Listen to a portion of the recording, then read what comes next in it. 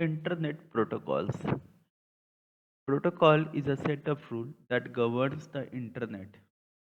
यानी इंटरनेट को गवर्न करता है प्रोटोकॉल। यानी प्रोटोकॉल बेसिकली हम कहें ये रिस्पॉन्सिबल होता है वेब पेज को ट्रांसफ़र करने के लिए, डेटा ट्रांसफ़र करने के लिए, वेब पेज को डिस्प्ले करने के लिए, मेल को सेंड करने के लिए। Protocol is also responsible for displaying web pages. Types of protocol internet are HTTP, Hypertext Transfer Protocol. It is responsible for displaying web pages. ये वेब पेजेस डिस्प्ले करने के लिए रिस्पॉन्सिबल है HTTP. The information or data flows from server to browser unencrypted. इसमें जो information मिलता है या ट्रांसफ़र जो होता है वो सर्वर से ब्राउज़र तक वो अनइनक्रिप्टेड फॉर्म में होता है। मतलब कोई भी पर्सन जो है जो थर्ड पर्सन होंगे वो इन इन्फॉर्मेशन को एक्सेस कर सकते हैं। It allow access to hypertext files. The next is HTTPS, Hypertext Transfer Protocol Secure.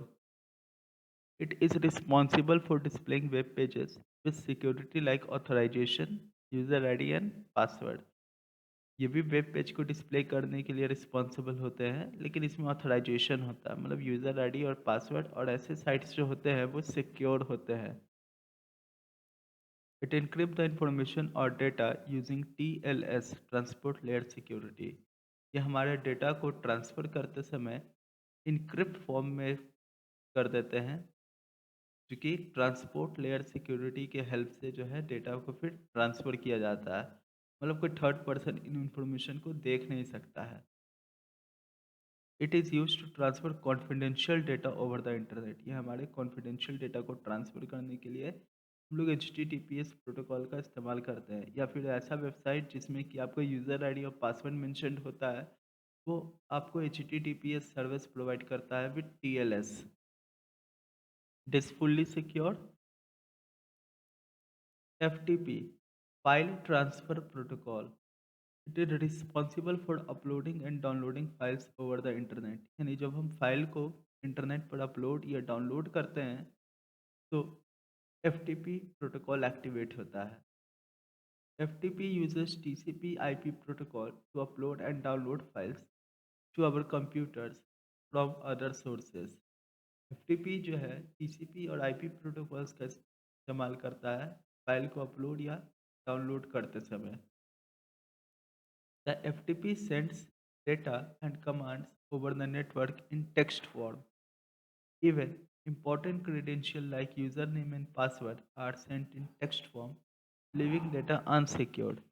तो जो FTP होते हैं वो कोई भी डेटा को जब ट्रांसफ़र करता है तो वो अनइनक्रिप्टेड फॉर्म में होता है, मतलब किसी भी तरह का सिक्योरिटी नहीं होगा। और अगर यूज़र आईडी और नाम, ऐसा कोई वेबसाइट है जिसमें यूज़र आईडी और पासवर्ड पूछा जा रहा हो, उसमें फ़ीड करने के बाद भी वो हमारा यूज़र आईडी पासवर्ड जो है वो सेफ़ नहीं होगा, उसको विज़िबल देखा जा सकता है। SFTP, Secured File Transfer Protocol. SFTP allows file and data over a secure network. FTP जो है फाइल्स और डेटा को ट्रांसफ़र करता है सिक्योर नेटवर्क पे। The SFTP encrypt the data in binary form, making it secure and also prevent unauthorized access during operations. FTP क्या करता है, इन डेटा को बाइनरी फॉर्म में इनक्रिप्ट करता है, यानी 0 और 1 के फॉर्म में इनक्रिप्ट करता है, जो कि फुल्ली सिक्योर हो जाता है और कोई अनऑथराइज्ड एक्सेस से इसको प्रोटेक्ट करता है। Data transfer rate is faster as compare to FTP. अगर ट्रांसफ़र रेट की बात करें तो एफटीपी के मुकाबले एसएफटीपी का ज़्यादा है। The SFTP not only encrypt the data but it can also encrypt command which provide data protection against common security threat। SFTP ना ही सिर्फ डेटा को ही इनक्रिप्ट करता है, बाकी उसमें दिए गए कमांड्स को भी इनक्रिप्ट करता है, जैसे डाउनलोड, अपलोड, इन सब चीज़ों को भी वो एन्क्रिप्ट करेगा। POP3, Post Office Protocol version 3. It is an email server which where emails are stored. ये एक ईमेल सर्वर होता है, ईमेल रिलेटेड सर्वर है जहाँ पे ऑल मेल्स को स्टोर किया जाता है. All POP mail server has a unique address provided by the email service provider. Her post office protocol का एक यूनिक एड्रेस होता है जो कि ईमेल सर्विस प्रोवाइडर द्वारा दिया जाता है या कहें कि यूनिक आईडी होता है. You must input your correct email and password while configuring your account for receiving emails. Emails को एक्सेस करने के लिए ईमेल आईडी और पासवर्ड के साथ लॉगिन करना होगा. Next is IMAP, Instant Messaging Access Protocol. It allows the user to view, manipulate and access the email from their computer. ये यूज़र को मेल देखने का, मेल को मैनिपुलेट करने का, मैनिपुलेट हो गया उसको फॉरवर्ड, स्टोर, डिलीट, रिप्लाई करने का और भी तरह का एक्सेस प्रोवाइड करता है. The next is SMTP, Simple Mail Transfer Protocol. It is responsible for sending emails across the internet. जब हम मेल को सेंड करते हैं तो उस समय SMTP प्रोटोकॉल जो है वो एक्टिवेट होता है. It also provide notification regarding the incoming mails. ये इनकमिंग मेल्स के रिगार्डिंग नोटिफिकेशन भी शो करता है. However it can not transmit picture, sound और मूवी. हालांकि ये पिक्चर, फाइल्स, मूवी यानी किसी तरह का अटैचमेंट सेंड नहीं कर सकता है. It is capable of sending text only. सिर्फ टेक्स्ट को ही सेंड कर पाते हैं हम SMTP से. The next is ESMTP, Extensible Simple Mail Transfer Protocol. It is responsible for transferring of multimedia files such as attachments to an email. अगर files को attach करना है ईमेल्स में तो उस समय ESMTP जो है प्रोटोकॉल एक्टिवेट होता है. SSH, Secure Socket Shell. It is predominantly used for securing data over an unsecured network. मतलब जो नेटवर्क अनसिक्योर्ड है उस पर एक तरह का सिक्योरिटी लेयर प्रोवाइड करता है आपको SSH. It establish a secured connection between the client and the host computer through remote command execution for transferring data over a network. ये क्लाइंट और होस्ट कंप्यूटर के बीच में एक सिक्योर कनेक्शन प्रोवाइड करता है ताकि आपका डेटा जो है वो सिक्योरली जो है वो ट्रांसफ़र हो सके. It transfer the file over internet services of the associated security protocol like SFTP and SCP. SSH जो है यानी सिक्योर सॉकेट शेल जो है वो SFTP और SCP के साथ मिलकर काम करता है ताकि आपका डेटा जो है वो सिक्योरली ट्रांसफ़र हो सके. The functionality of SSH is similar to sending packets through a reliable courier service which is good at logistics and ensures safe delivery of goods without any delay or damage. एक example से समझाया जा रहा है कि SSH क्या है. जैसे कि हमको कोई अपना पार्सल जो है वो किसी दूसरे फार लोकेशन पे सेंड करना है तो उस समय हम कुरियर सर्विस का यूज़ करते हैं और अच्छे कुरियर सर्विस का यूज़ करते हैं या सिलेक्शन करते हैं जो कि हमारे पार्सल को सेफली, ठीक है, उस डेस्टिनेशन तक पहुँचाएगा और ये भी इंश्योर करेगा कि वो जो पार्सल पहुँचाएगा वो बिना डिले और डैमेज के पहुँचाएगा. तो एसएसएच भी आपको कुछ इसी तरह से काम करता है कि वो एसएफटीपी और एससीपी के हेल्प लेकर आपके फाइल को सिक्योरली जो है बिना डिले और डैमेज के जो है वो ट्रांसफ़र कर सकता है. Importance of SSH protocol. Before transferring the data between the client and the host computer, the SSH call upon the SFTP to authenticate both the server and the email machine, client machine. तो file transfer करने से पहले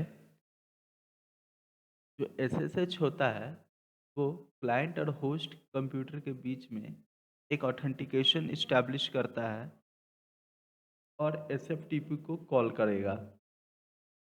Once the authentication process gets over, the SFTP protocol work on to set a secure channel between the client and the host computer by establishing a secure connection, and then only the data transmission is initiated.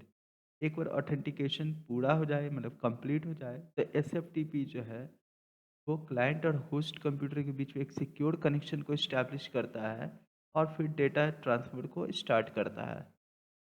SFTP protects the integrity of data using encryption and cryptographic hash function technique।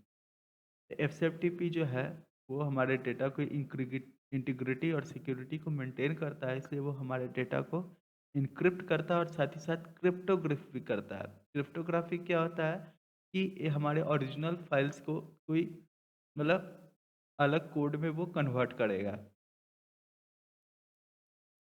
TCP/IP transmission control protocol और internet protocol.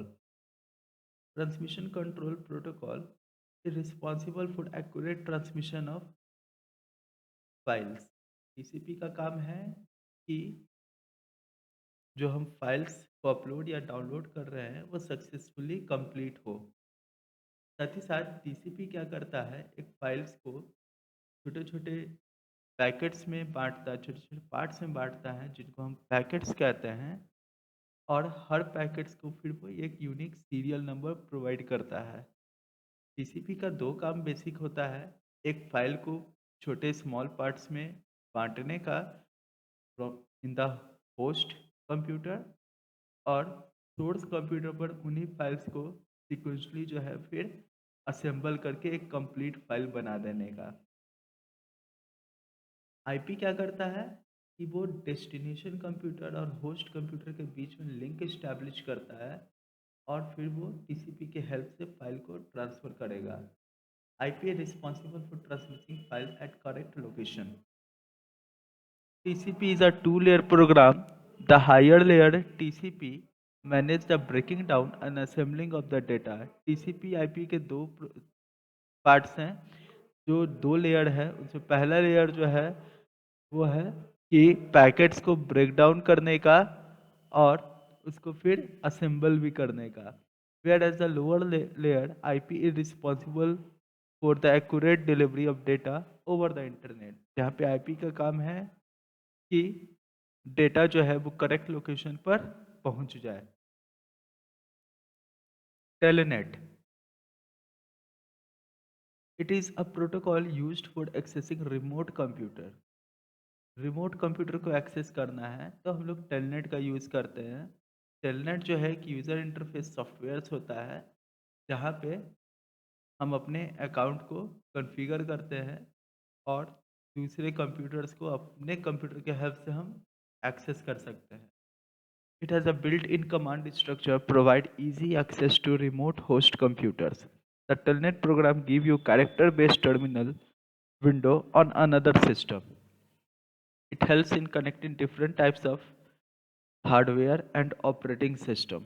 ये अलग अलग type के hardware या operating system को connect कर सकते हैं टेलनेट के हेल्प से। मतलब अगर आपको दूसरे के कंप्यूटर को एक्सेस करना हो अपने कंप्यूटर से तो आप टेलनेट को यूज़ कर सकते हैं। टेलनेट के जैसा ही आपके पास एप्लीकेशन भी है ऑनलाइन एनी डेस्क करके, आप उसका भी इस्तेमाल कर सकते हो। आज की वीडियो में बस इतना ही। बाकी वीडियो के लिए या बाकी के लिए आप हमारे दूसरे चैनल्स को फॉलो कर सकते हो।